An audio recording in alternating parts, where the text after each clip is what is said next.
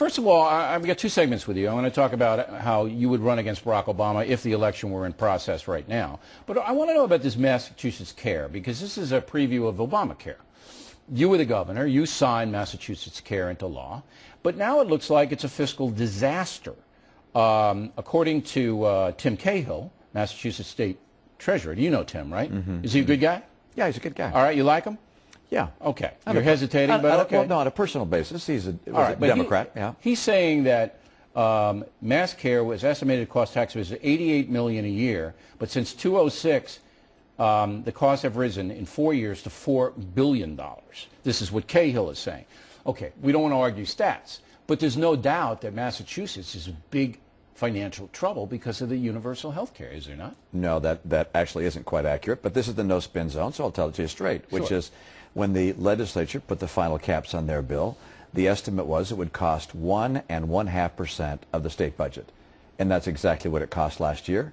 As a matter of fact, in the 2010 fiscal year, it's $80 million below budget, so it's within the state's budget. Our income tax rate in Massachusetts is 5.3%. Hasn't had to go up. The governor's been raising taxes, as Democrats do in other places. But this is a measure that cost about what it was expected to cost, and it's very different than Obamacare in a couple of important ways. Okay, but the governor, Deval Patrick, is asking the feds for $450 million to bail out Massachusetts universal health care now. They say they can't meet their expenses unless the feds, and that means people in Idaho, are paying for Bay Staters to get health care.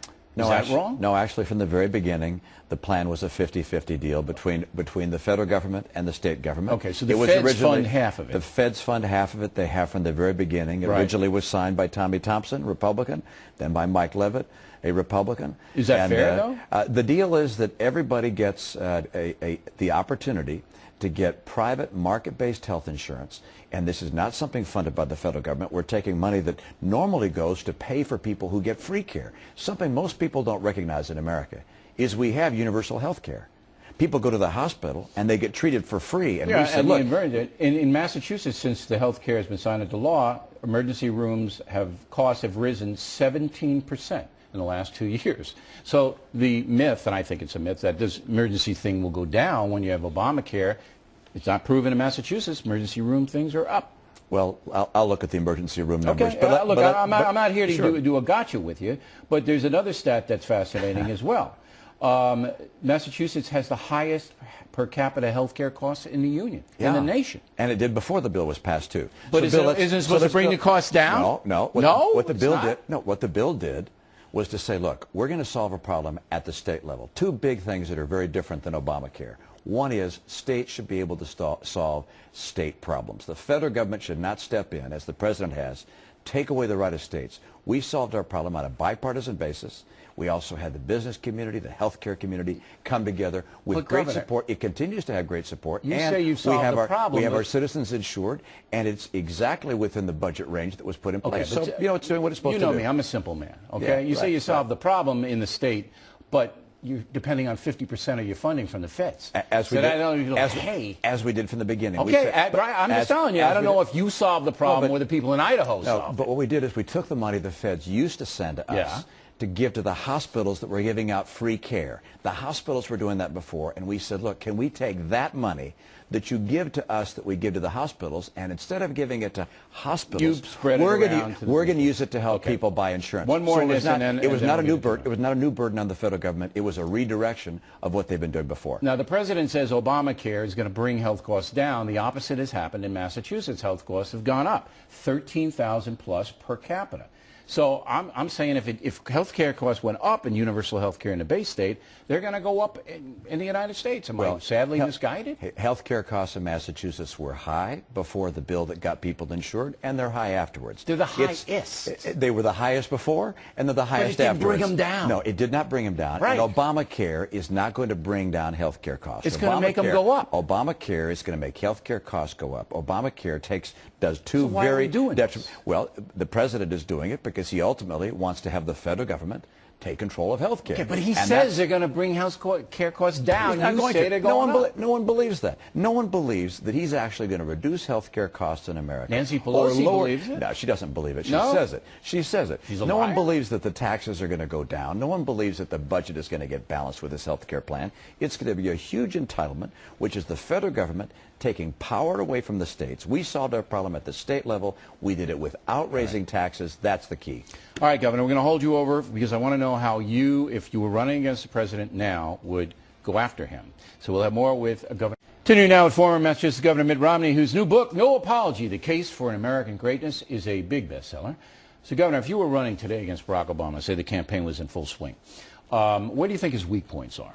Well, whoever's running against Barack Obama, the weak point is that he is not focused on the economy.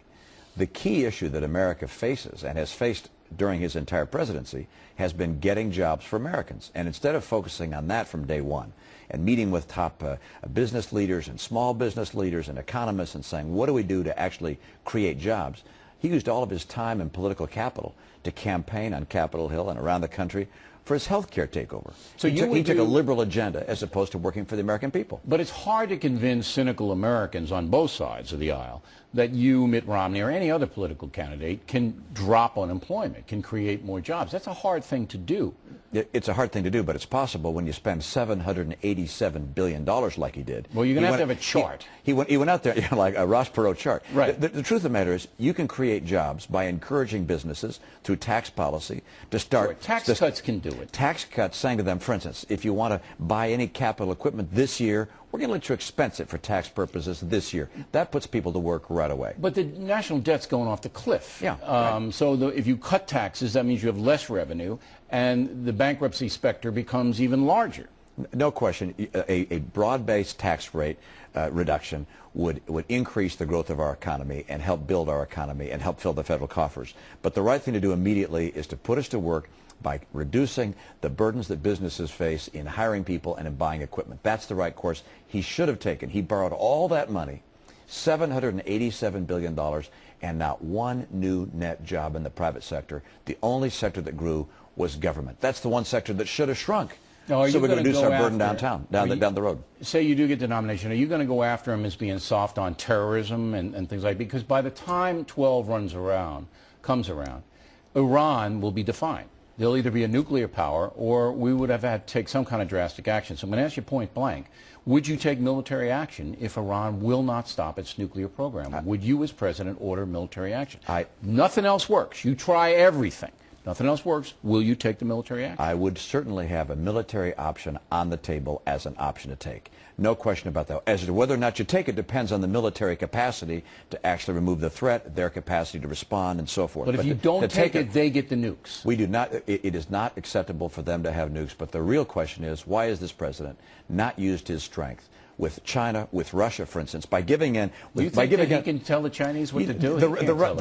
They need access to our market in order to live. No. And the Russians, the number one thing the Russians wanted from us was to remove the missile defense shield that we were going to build in the Czech Republic and Poland. And the president gave them that. Right. He gave them that and got nothing. Shame on him. He should have insisted that they agree with us on tough, crippling sanctions on Iran. The right course in Iran is not military action. The right course in Iran is crippling sanctions, to strangle them. But I don't think you can force China to do it. Well, if you can get Russia, China doesn't want to be the odd man out. China also wants to have access to our market. Doesn't want to have a slowdown of any kind. So you would threaten the Chinese and say, look, we're going to put tariffs up against you if you don't do this? Because our economy would tank. Look, I don't want to get in a trade war with anyone. Right. But I also am not willing to live with Iran having a nuclear weapon. Recognize that Iran having a nuclear weapon is not the end of things. It's proliferation's open door. It means that you're going to have Syria and Egypt and Saudi Arabia. Everybody's going to be having nuclear weapons. It's a nuclear umbrella situation. It's an unacceptable course. America cannot just stand by and let nothing be done to prevent it. All right. Karzai's a crook in Afghanistan. And do you think that we can win that with the corrupt Afghan government in Kabul? Well, I think the president has made it very difficult for our troop surge there. He was right to accept a troop surge, even though he voted against one in Iraq, where it was successful. He was right to do it in Afghanistan, but he handicapped it badly by doing two things. One, announcing the day he's pulling out. So if I'm Karzai, I say, holy cow, before the job is done, these guys are going to leave. What does that mean about my life and livelihood? Number two, he did not secure the elections in Afghanistan to make sure they were fair and non-corrupt. And as a result, we have a president who's not wild about us and people who wonder whether their president is a legitimate president. You think we can pull it out over there? I think it's more difficult by virtue of the president's mistakes. I think our fighting men and women will do everything in their power, but gosh, this strict deadline to pull out our troops is a huge mistake. All right. Well, I hope you can drop in from time to time to see us. It's going to be very interesting what happens in the next couple of years. Governor, thanks very much. Congratulations on the success of your book.